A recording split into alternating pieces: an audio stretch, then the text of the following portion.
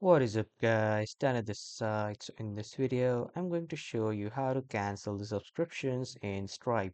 So first head over to the Stripe's website and then log in or sign in with your account.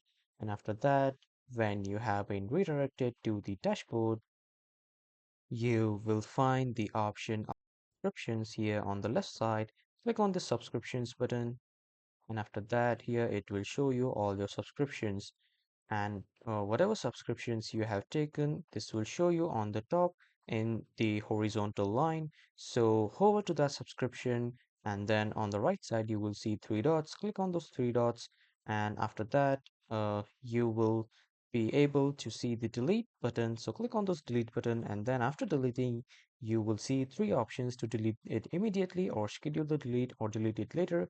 So choose according to your vision requirements, and this is how you can cancel or delete a subscriptions in Stripe. So that was all for this video, everyone. Thank you for watching.